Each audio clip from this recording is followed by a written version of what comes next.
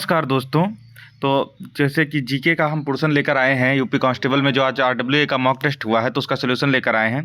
तो पहला क्वेश्चन है, राष्ट्रपति द्रौपदी मुर्मू ने किस एयरफोर्स स्टेशन से स्वदेशी लड़ाकू हेलीकॉप्टर प्रचंड एलसीएच में उड़ान भरी थी? तो इसमें आप आ जाएंगे, ऑप्शन नंबर यहाँ पे सही रहेगा आपका डी, जैसलमेर एयरफोर्स स्टेशन से उन्होंने उड़ान भरी है। जैसलमेर एयर बेस स्टेशन से उन्होंने उड़ान। दूसरा क्वेश्चन है, प्याज और लहसुन शोध निदेशालय डीओजीआर कहाँ स्थित है? तो इसमें आप नीचे आ जाएंगे, इसमें ऑप्शन है पुणे में स्थित है। पुणे के महाराष्ट्र में चंदौली नामक स्थान पर ये स्थित है। तो तीसरा क्वेश्चन है, भारत में जनसंख्या जो 2011 वाली थी कितने चरणों में हुई है? तो इसमें ऑप्शन नंबर 2 आपका राइट आंसर हो जाएगा। तो ऑप्शन नंबर 2 आपने लगाया तो ऑप्शन। तीसरा क्वेश्चन है, उत्तर प्रदेश में राजस्व परिषद की स्थापना निम्नलिखित में से किस जिले में की गई थी? तो इसमें सही राइट ऑप्शन आपका हो जाएगा प्रयागराज, जो मतलब इलाहाबाद या प्रयागराज। तो ये राजस्व परिषद आप लेखपाल की तैयारी कर रहे हो उसके लिए बहुत इंपॉर्टेंट है, तो आपने क्वेश्चन सही किया होगा। तीसरा प्रश्न है, ऑस्टोमोलेसिया निम्नलिखित विटामिनों में से किसकी न्यूनता का लक्षण है? तो आपने बहुत अगर बायोलॉजी थोड़ा भी पढ़ी होगी विटामिन चैप्टर, तो उसमें साफ साफ विटामिन डी मेंशन है। विटामिन डी की कमी से होता है ऑस्टोमोलेसिया। हाल ही में संयुक्त राज्य अमेरिका किस ऑपरेशन के तहत वेनेजुएला पर हमला किया है? तो इसमें ऑप्शन नंबर डी आपका राइट हो जाएगा। अगर आपने पढ़ा मोद्रो को उठाया था अमेरिका ने, operation absolute resolve, D option सही होगा, ऑपरेशन एब्सोल्यूट रिजॉल्व। फिर नेक्स्ट क्वेश्चन है, भारत का सबसे दक्षिणी छोर इंदिरा पॉइंट किस द्वीप पर स्थित है? तो इसमें ऑप्शन नंबर सी सही रहेगा, ग्रेट निकोबार में स्थित है। तो ऑप्शन नंबर सी अगर आपने लगाया है तो आप सही हैं। फिर आता है क्वेश्चन, भारत का पहला संचार उपग्रह कौन सा था? तो इसमें आपका ऑप्शन नंबर डी सही हो जाएगा, एप्पल एडबल्पी एरियन पैसेंजर पेलोड, ये भारत का पहला संचार उपग्रह था। फिर आता है प्रश्न, विश्व ब्रेल लिपि दिवस किस दिन मनाया जाता है? तो इसमें सही ऑप्शन हो जाएगा आपका 4 जनवरी। अगर आपने 4 जनवरी लगाया है तो आप सही हैं। ये किस प्रसिद्ध विद्वान ने विक्रमांक देव चरित्र लिखी है? अगर यहाँ से आप थोड़ा भी कॉलरेट कर पाएंगे तो वी से विल्हड़, वी से विक्रमांक देव चरित्र, आपने ये ऑप्शन लगाया तो आप सही हैं। नगर पालिका चुनाव कराने के लिए किस संस्था की स्थापना की गई थी? तो अगर आपने थोड़ा भी पढ़ा होगा तो राज्य निर्वाचन आयोग का जो काम होता है वही जो पंचायत के इलेक्शन और नगर पालिका के इलेक्शन कराता है। तो इसमें ऑप्शन नंबर सी में दिया है राज्य निर्वाचन आयोग, आपको दिखाई नहीं दे रहा होगा। अगर आपने राज्य निर्वाचन आयोग लगाया है तो आप सही हैं। महिला न्यायाधीशों का अंतर्राष्ट्रीय दिवस हर वर्ष कब मनाया जाता है? तो इसमें सही ऑप्शन है 10 मार्च को, सी ऑप्शन सही रहेगा। जिसने 10 मार्च लगाया सही है। और इसी से याद कर लीजिए 8 मार्च होता है विश्व महिला दिवस, अंतर्राष्ट्रीय महिला दिवस होता है। फिर इसके बाद क्वेश्चन आता है, कथकली नृत्य मूलतः किस राज्य से उद्भूत है? तो कथकली केरल, बचपन से ही पढ़ के आ रहे हैं केरल की कथा, केरल कथकली। फिर प्रश्न आ रहा है कि क्यात निम्नलिखित में से किस देश की आधिकारिक मुद्रा है? तो क्यात म्यांमार की मुद्रा है, ब्रह्मदेश म्यांमार। फिर पूछा जाएगा, पुष्कर मेला किस राज्य में वार्षिक रूप से मनाया जाता है? तो पुष्कर आपको पता है राजस्थान में है। और कभी पूछा जाए तो ब्रह्मा जी का एकमात्र मंदिर भी पुष्कर में ही है, इसी के लिए प्रसिद्ध है पुष्कर। फिर है, यदि किसी वस्तु को अवतल दर्पण के फोकस और ध्रुव के बीच में रखा जाता है तो प्रतिबिंब की स्थिति क्या होगी? इसमें आपका हो जाएगा ऑप्शन नंबर ए सही, फोकस और वक्रता केंद्र के बीच में बनेगा। फिर आता है प्रश्न, 83वां गोल्डन ग्लोब अवार्ड 2026 सबसे कम उम्र का अवार्ड जीतने का रिकॉर्ड किसने बनाया? थोड़ा करंट आप पढ़ के जाइएगा यूपी कांस्टेबल में। इसमें ऑप्शन सही है ON कपूर, इसमें करंट का रोल रहने वाला है ON कपूर, तो आप सही ऑप्शन है ON कपूर। फिर आ रहा है क्वेश्चन, बायोगैस का मुख्य घटक क्या है? तो बचपन से आप पढ़ते चले आ रहे हैं मीथेन। मीथेन का फार्मूला आप ऑप्शन में कमेंट करके बताइए। फिर क्वेश्चन है, एटीएम का अर्थ क्या होता है? एटीएम का अर्थ क्या होता है? तो ऑटोमेटिक टेलर मशीन, बचपन से रटते आ रहे हैं, ऑप्शन नंबर सी सही रहेगा इसमें।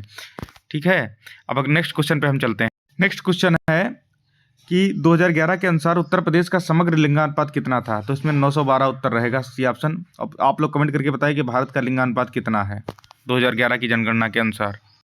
बनारस हिंदू विश्वविद्यालय की स्थापना पंडित मदन मोहन मालवीय ने निम्नलिखित में से किसके सहयोग से की थी? तो किसके सहयोग से की थी? आपको पता होगा बनारस हिंदू विश्वविद्यालय की स्थापना 1916 में हुई थी, तो उसमें डॉक्टर एनी बेसेंट के सहयोग से की थी। ठीक है, तो राइट आंसर आपका हो जाएगा।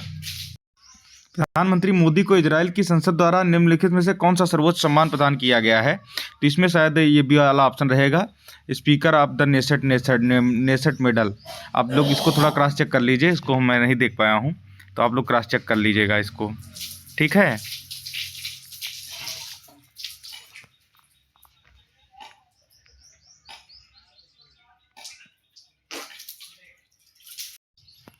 फिर प्रश्न आता है नीलगिरी बायो रिजर्व भारतीय राज्यों में से कहाँ तक फैला हुआ है? तो इसमें केरल, तमिलनाडु, कर्नाटक, बहुत पूछा गया है क्वेश्चन है, इसको याद रखेंगे आप लोग, ठीक है। अगर ये लगाए हैं तो सही है। इसके बाद क्वेश्चन आता है फसलों का चक्रीकरण का क्या अर्थ है?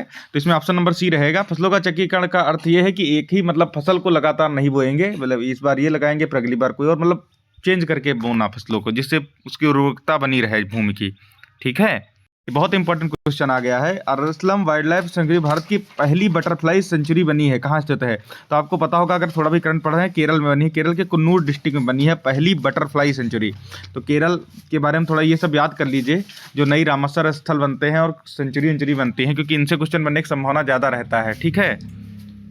ये क्वेश्चन तो देखते ही आप लोग मार दिए होंगे, अनुच्छेद कौन सा है? भारतीय संविधान का कौन सा अनुच्छेद 14 वर्ष से कम आयु के बच्चों के किसी भी बच्चे को कारखाने, खदान या जोखिम भरे व्यवसाय में नियोजित किए जाने से रोकता है? तो क्या इसमें ऑप्शन है? आर्टिकल 24 इसमें सही उत्तर हो जाएगा। तो थोड़ा आर्टिकल पढ़ के जाइएगा, आर्टिकल 100 तक नहीं छोड़ने हैं, लगभग याद होने चाहिए आपको, कि कठिन क्वेश्चन भी आर्टिकल से बनाए तो वो भी आप लोग कर पाएँ। फिर क्वेश्चन आता है विमुद्रीकरण को निम्नलिखित में से किस नाम से जाना जाता है? तो विमुद्रीकरण आपको पता होगा 2016 में हुई थी लास्ट टाइम, नोटबंदी के नाम से जाना जाता है, ठीक है। अभी तक भारत में 3 बार नोटबंदी हो चुकी है, याद रखेंगे आप लोग। फिर क्वेश्चन आ रहा है जलोढ़ मृदा मुख्य रूप से भारत के किस क्षेत्र में पाई जाती है? तो सीधा सीधा इसका उत्तर हो जाएगा भारत और गंगा के मैदानों में पाई जाती है। ऑप्शन नंबर सी जिसने लगाया उसका सही है, ठीक है। बाकी इसमें दिखाई नहीं दे रहा क्योंकि स्क्रीन में नहीं आ पा रहा था ये सब।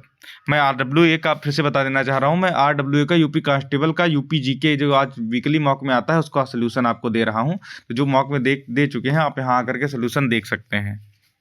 फिर क्वेश्चन आता है भारत वर्तमान में विश्व मछली उत्पादन में किस स्थान पे है? तो इसमें से ऑप्शन नंबर दूसरा सही है, दूसरे स्थान पर ही है भारत, ठीक है। पहले पे कौन सा है आप कमेंट करके बताएंगे। प्राचीन जैन और बौद्ध ग्रंथों में अनुसार कितने महाजनपद थे? तो महाजनपद कितने थे भारत में? 16 महाजनपद थे, ठीक है। सबकी राजधानी आपको याद होनी चाहिए, ठीक है। पेपर में जाने से पहले राजधानियां सबकी याद कर लीजिए, चाहे ट्रिक से याद करें चाहे जैसे याद करें। फिर क्वेश्चन आता है किसको निम्नलिखित में से उपन्यास सम्राट के नाम से जाना जाता है? तो उपन्यास सम्राट तो एक ही है, मुंशी प्रेमचंद, ठीक है। ऑप्शन नंबर डी या सी है, जो भी है आप देख करके अगर लगाए हैं तो सही है। लगभग सब लोगों ने इसका उत्तर सही ही दिया होगा। फिर क्वेश्चन आता है उत्तर प्रदेश का दुधवा राष्ट्रीय उद्यान निम्नलिखित में से किस जिले में स्थित है? तो जो लखीमपुर सीतापुर आसपास के वो लोग जानते हैं, लखीमपुर खीरी में स्थित है। जो इधर उधर के हैं हो सकता है थोड़ा ना जान पाए, लखीमपुर खीरी आपको ध्यान रखना है। फिर क्वेश्चन आता है the planned economy for India, यह पुस्तक किसके द्वारा लिखी गई है? तो आपको पता होना चाहिए ये पुस्तक M विश्वेश्वरैया जी के द्वारा लिखी गई है। M विश्वेश्वरैया क्या थे आपको कमेंट में करके बताना है। तो आपको थोड़ा बहुत बुक भी देख करके जाना है, बाकी जो भारत में नया खुला है राष्ट्रीय उद्यान ये सब आपको देख करके ही जाना है।